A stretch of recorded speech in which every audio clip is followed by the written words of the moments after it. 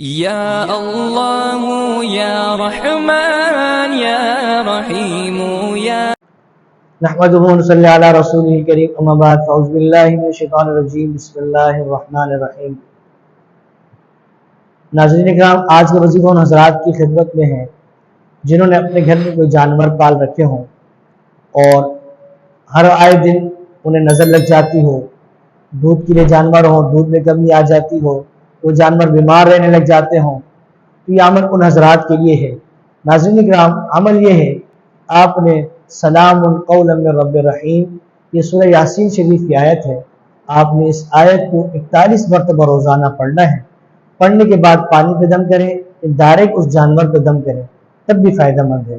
اگر یہ نہ کر سکیں، آپ اس سلام قولا من رب رحیم کی آیت کو لکھوا کر اس جانور کے گلے میں ڈال دیں، پھر اس آیت کو لکھوا کر جس جگہ پر وہ جانور رکھے ہیں آپ اس جگہ پر اس آیت کو چپکا دیں، اونچی جگہ پر۔